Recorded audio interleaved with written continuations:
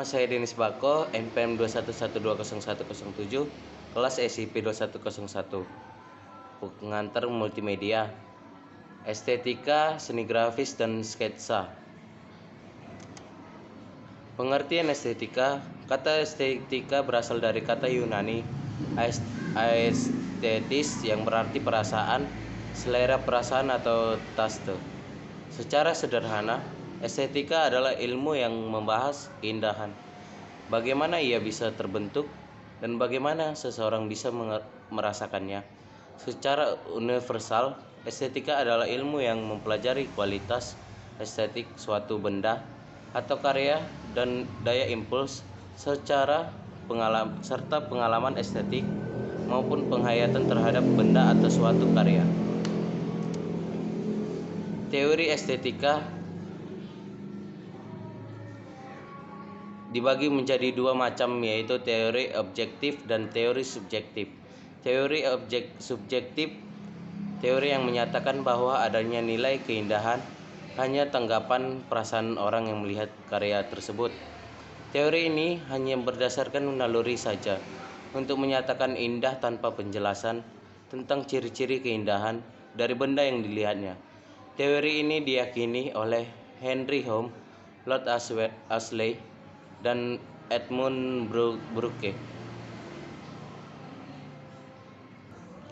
Teori objektif, teori yang menyatakan bahwa nilai keindahan ada pada karya yang dilihatnya.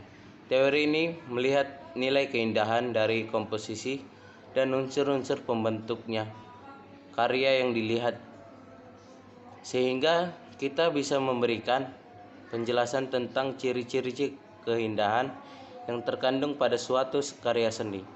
Teori ini diyakini oleh Plato, Hegel, dan Bernard Bossaneu. Dalam 5 pembentukan komposisi estetik ada 5 unsur penting, yaitu 1. Garis. Garis merupakan unsur seni rupa yang paling utama, karena dengan garis kita dapat membuat karya di Wimatra atau Trimatra. Berdasarkan wujudnya dan karakternya, garis-garis dibagi menjadi 2, yaitu garis nyata dan garis khayal. Bidang. Yang kedua, bidang.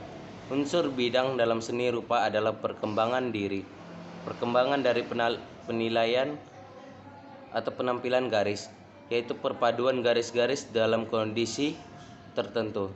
Bidang dapat diamati secara visual pada tiap benda alam dan pada hasil karya seni rupa. Yang ketiga, bentuk. Bentuk merupakan suatu bidang yang ada karena dibatasi oleh sebuah kontur atau garis dan atau dibatasi oleh warna yang berbeda atau oleh perbedaan dalam pencahayaan, gelap, terang, arisan, atau disebabkan adanya tekstur tertentu. Yang keempat, tekstur. Tekstur ialah sifat permukaan luar dari suatu benda, misalnya kasar, halus, licin, dan kusam. Tekstur berdasarkan penampilan dibedakan. Yang kelima, gelap, terang, atau nada. Dalam karya seni rupa ada 2 dimensi. Nada terjadi akibat adanya perbedaan intensitas cahaya yang jatuh pada permukaan benda. Jika dianalisa oleh akal pikiran, komponen-komponen di atas sama perihalnya dengan bumbu dan bahan untuk memasak. Jika kita memasak, tidak semua bumbu dan bahan itu tidak kita campur semua. Begitu juga dengan desain grafis. Tidak seluruh karya desain grafis itu bisa menerima semua komponen desain tersebut. Mungkin hanya beberapa unsur yang hanya diprioritaskan. Apabila semua komponen dicampurkan, bisa-bisa audiens pusing melihat karya kita. Prinsip desain antara lain harmoni, yang kedua irama, yang ketiga tekstur, yang keempat keseimbangan, dan yang lain-lain. Estetika desain grafis multimedia jika dilogikakan dengan resep makanan, tidak semua resep makanan itu dicampurkan ke dalam satu makanan. Seperti itu pula dengan desain grafis. Tidak semua karya orang tertuang ke dalam satu desain tersebut. Mungkin saja dari semua desain 50% yang akan ditampung dengan berbagai unsur yang ada di atas.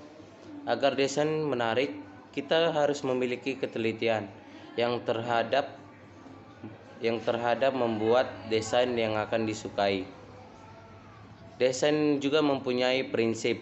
Prinsip tersebut mempunyai keseimbangan, ritme, tekanan, proporsi, dan kesatuan yang berbentuk aspek komposisi yang lebih luas. Peralatan yang harus dipakai oleh desainer adalah ide, mata, tangan, dan komputer. Konsep yang tidak diakui sebagai suatu desain sebelum direalisasikan atau dipernyatakan dalam bentuk visual. Biasanya desain grafis dengan memakai komputer memungkinkan sang perancang untuk terus melihat hasil dari tata letak yang mungkin saja ada perubahan dalam pembuatan tipografinya. Sketsa merupakan gambaran atau lukisan pendahuluan yang kasar, ringan, semata-mata garis besar atau yang belum selesai. Selain itu, sketsa hanya digunakan sebagai pengingat saja. Dalam penerapannya, umumnya digunakan berupa catatan singkat, tanpa terdapat bagian-bagian kecil yang mengemukakan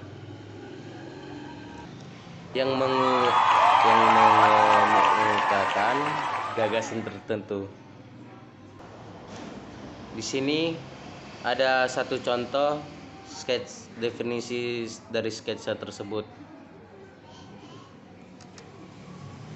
Sketsa sendiri akan digunakan sebagai dasar untuk membuat sebuah perancangan dari film animasi. Maka dari hal tersebut, seorang animator memang harus mempunyai pengetahuan yang lebih berupa suatu sketsa hingga memiliki tujuan dan fungsi yang dapat membantu terciptanya berupa karya. Sketsa atau sket pada umumnya dikenal sebagai bagan atau rencana bagi sebuah lukisan. Dalam pengertian tersebut, lebih merupakan gambar kasar yang bersifat sementara, baik di atas kertas maupun juga di atas kanvas, yang bertujuan lebih lanjut sebagai lukisan. Sekian dari informasi yang saya berikan. Terima kasih.